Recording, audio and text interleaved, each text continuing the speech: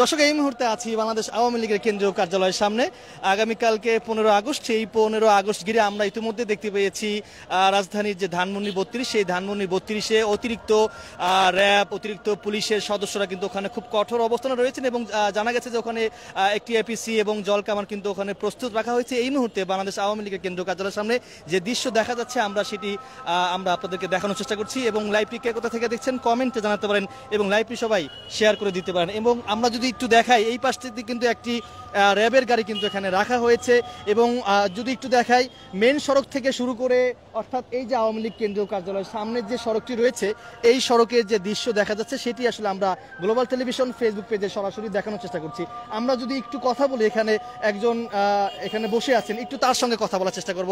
আগামীকালকে 15 আগস্ট, সেই 15 আগস্ট ঘিরে আওয়ামী লীগ কিন্তু ইতিমধ্যে ঘোষণা দিয়েছেন যে তারা শোক পালন করবেন। শেখ মুজিবুর রহমানের যে মৃত্যুবার্ষিকী, তারা শোক পালন করবেন। যদি কোনো আওয়ামী লীগ নেতাকর্মীরা এই আওয়ামী লীগ কেন্দ্রীয় কার্যালয়ের সামনে মিছিল করে, সেক্ষেত্রে আপনাদের কি পদক্ষেপ থাকবে? আসলে আমরা এখানে ছাত্র জনতা অবস্থান করতেছি, আশা করি ওরকম কোনো আশঙ্কা নাই। যদি এখানে আসে তাহলে আমরা প্রতিহত করার মতো আমাদের এবিলিটি, আমাদের ছাত্র জনতা শক্ত অবস্থান করতেছে এখানে। যদি আসে তাহলে আমরা কঠোরভাবে তাকে প্রতিহত করব। এই পর্যন্ত কাউকে সন্দেহজনক দেখেছেন?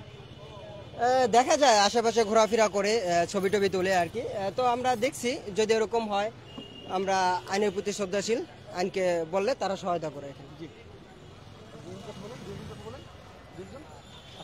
আমরা আরেকজনের সঙ্গে কথা বলার চেষ্টা করব। আসলে আগামীকালকে 15 আগস্ট শেখ মুজিবুর রহমানের যে মৃত্যুবার্ষিকী আগামীকালকে, সেটি ঘিরে আওয়ামী লীগ ইতিমধ্যে সামাজিক যোগাযোগ মাধ্যমে তারা পোস্ট করেছেন শোক দিবস তারা পালন করবেন। এবং আমরা দেখেছি ধানমন্ডিতে অতিরিক্ত পুলিশ মোতায়েন করা হয়েছে, এপিসি জলকামান প্রস্তুত রাখা হয়েছে। সবকিছু মিলে যদি আওয়ামী লীগের নেতাকর্মীরা যদি এই আওয়ামী লীগ কেন্দ্রীয় কার্যালয়ের সামনে থেকে কোনো মিছিল বের করেন, সেক্ষেত্রে আপনাদের পদক্ষেপ কি থাকবে? আমাদের পদক্ষেপ থাকবে, আমাদের ছাত্র জনতা আছে, আমাদের সকল কিছু নিয়ে আমরা সব কিছু রেডি করে আমরা এদিকে আসছি। যেমন আমাদের আইন শৃঙ্খলা বাহিনী আছে, সকল কিছু নিয়ে আমরা মানে করব, প্রতিহত করব। সকাল থেকে এই পর্যন্ত এখানে কোনো সন্দেহ করেছেন কিনা, বা এরকম আওয়ামী লীগ কোনো নেতাকর্মী এখানে এসেছিলেন কিনা? আসে, মাঝে মাঝে আসে, ঘুরে যায়, ছবি তোলে, মাঝে মাঝে আবার দেখা যায় চলে যায়, মানে বিভিন্ন রকম বিভিন্ন লোক। এখন তো আমরা বলতে পারি না আর কে আওয়ামী লীগ, কে কি, এটা তো আমরা আর বলতে পারি না। জি, এটাই।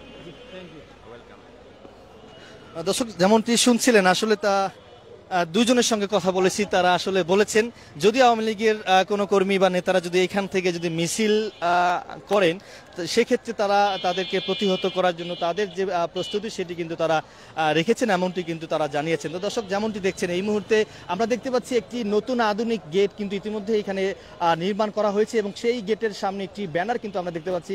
এখানে কিন্তু লেখা রয়েছে আন্তর্জাতিক ফ্যাসিজম ও গণহত্যা গবেষণা ইনস্টিটিউট। অর্থাৎ এর আগে আমি এখানে এসেছিলাম, কয়েকজন কর্মীদের সঙ্গে কথা বলেছি, তারা বলেছেন প্রায় 2 মাসের মতো সময় লাগবে নিচতলা থেকে শুরু করে উপরতলা পর্যন্ত একদম সম্পূর্ণ পরিষ্কার করতে। আমরা একটু ভিতরে যাব, ভিতরের দৃশ্যটি আমরা এই লাইভের মাধ্যমে আমরা আপনাদেরকে দেখানোর চেষ্টা করব।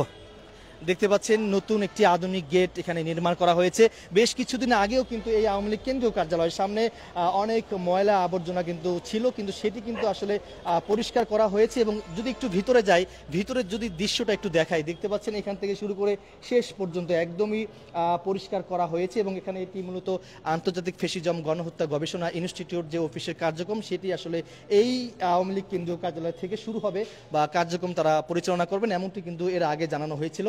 এবং যদি একটু দেখিয়ে রাখি আপনাদেরকে, এখানে কিন্তু একদম এই পর্যন্ত, অর্থাৎ আমি যেখানে হাত দিয়েছি এই পর্যন্ত পানি ছিল, সেই পানি কিন্তু একটি মেশিন দিয়ে নিষ্কাশন করা হয়েছে। অর্থাৎ আন্তর্জাতিক ফ্যাসিজম গণহত্যা যে ইনস্টিটিউট গবেষণা, সেই অফিসের কার্যক্রম কিন্তু এখান থেকে আসলে তারা পরিচালনা করবেন। এখানে কোনো রাজনৈতিক কোনো কার্যক্রম এই অফিস থেকে পরিচালনা করা হবে না। এর আগেও কিন্তু এখানে যারা ছিলেন তাদের সঙ্গে কথা বলে আমরা যেটি জানতে পেরেছিলাম।